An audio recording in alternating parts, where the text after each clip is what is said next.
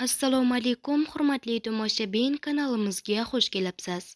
O'zbekistonda pensiya yoshini oshirish masalasi yana kun tartibiga chiqdi. Erkaklar va ayollar uchun pensiya yoshi o'zgaradimi? Qachondan va qanday tartibda? Agar bu mavzu sizni qiziqtirsa, videoni oxirigacha tomosha qiling va hoziroq like bosib qo'ying. Kanalimizga obuna bo'ling, rasmiy va ishonchli yangiliklarni birinchilardan bo'lib bilib olasiz.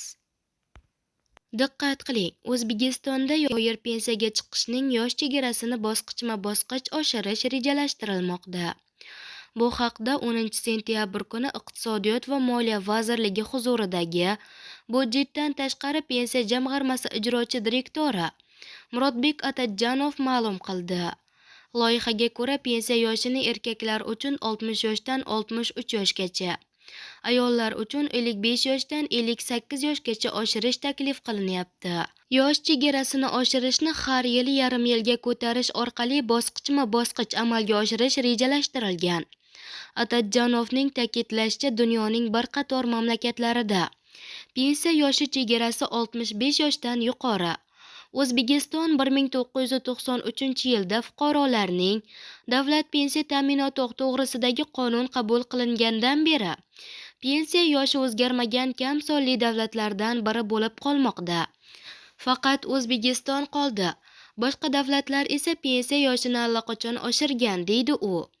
Pensiya jamg'armasi vakilining so'zlariga ko'ra, mamlakatda umr ko'rish davomiyligi o'sib bormoqda va Sog'liqni saqlash vazirligi ma'lumotlariga ko'ra, o'rtacha 75 yoshga yetadi. Ilgari pensionerlar pensiyaga chiqqandan keyin o'rtacha 8-9 yil umr ko'rgan bo'lsa, hozirga kelib bu ko'rsatkich erkaklarda 12,5 yil va ayollarda 20 yilni tashkil etmoqda.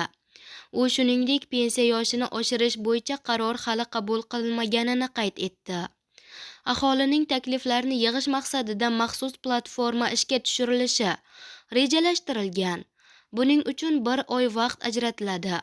Kelib tushgan g'oyalar tahlil qilingach, islohot loyihasi takomillashtiriladi va jurnalistlar hamda blogerlar ishtirokida muhokamaga qo'yiladi. Shuningdek, Atajjanov pensiya yoshini yiliga 6 oy emas, 3 oyga oshirish kabi yumshoqroq ssenariy ham ko'rib chiqilishini qayd etib o'tdi. Bunday holda 1 yilga oshirish 4 yil davom etadi va butun islohot 12 yilga cho'ziladi.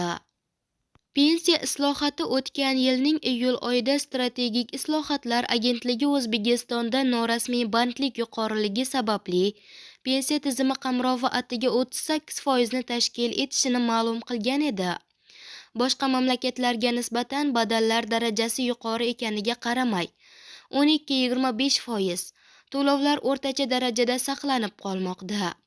Agentlik o'shanda mamlakat pensiya tizimini munosib tarzda tashkil qilish imkoniyatlarini o'rganib chiqqan.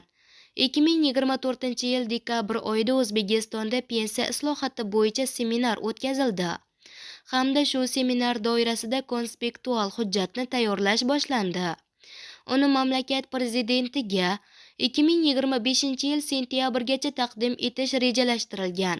2023-yil aprel oyida Jahon banki O'zbekistonda inson kapitali va suv xo'jaligi infratuzilmasiga davlat xarajatlari samaradorligini oshirish hisobotida mamlakatga pensiya yoshini oshirishni taklif qilgandi.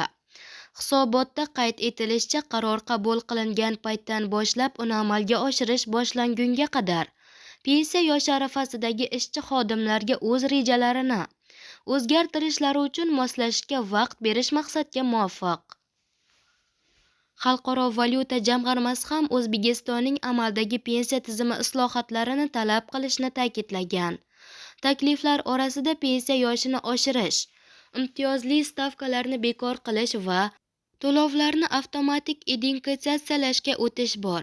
Pensiya islohoti konsepsiyasi loyihasi prezidentga sentyabrgacha taqdim etilishi kerak, deyiladi xabarda.